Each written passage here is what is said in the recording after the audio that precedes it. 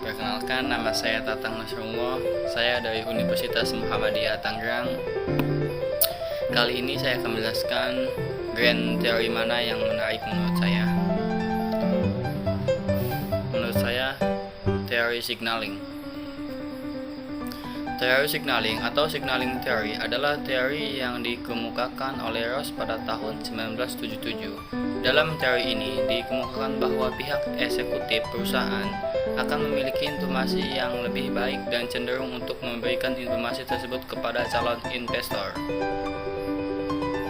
Adanya informasi berupa berita bagus yang dimiliki perusahaan terkait dengan prospek di masa yang akan datang diharapkan dapat meningkatkan harga saham perusahaan.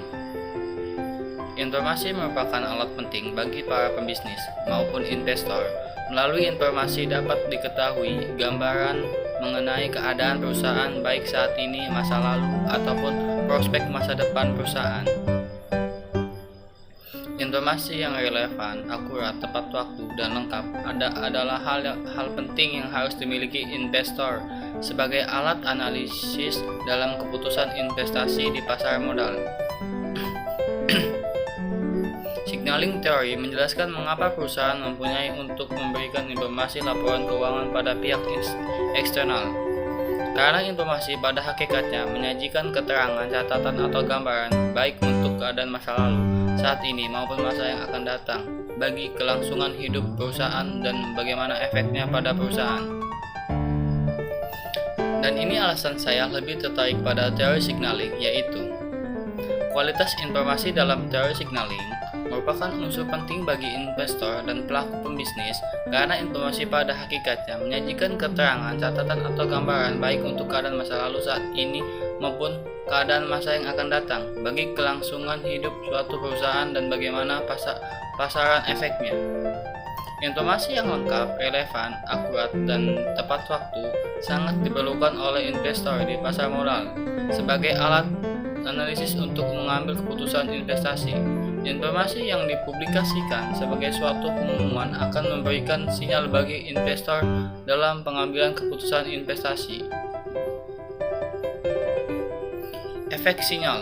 Kurangnya informasi bagi pihak luar mengenai perusahaan menyebabkan mereka melindungi diri mereka dengan memberikan harga yang rendah untuk perusahaan. Perusahaan dapat meningkatkan nilai perusahaan dengan mengurangi informasi asimetri. Salah satu cara untuk mengurangi informasi asimetri adalah dengan memberikan sinyal pada pihak luar. Pada waktu informasi diumumkan dan semua pelaku pasar sudah menerima informasi tersebut, pelaku pasar terlebih dahulu menginterpretasikan dan menganalisis informasi tersebut sebagai sinyal baik atau good news atau sinyal buruk atau bad news. Jika pengumuman informasi tersebut sebagai sinyal baik bagi investor, maka terjadi perubahan dalam volume perdagangan saham. Pengumuman informasi akuntansi memberikan sinyal bahwa perusahaan mempunyai prospek yang baik di masa akan datang atau good news, sehingga investor tertarik untuk melakukan perdagangan saham. Dengan demikian, pasar akan bereaksi yang tercermin melalui perubahan dalam volume perdagangan saham. Kurang lebihnya sekian.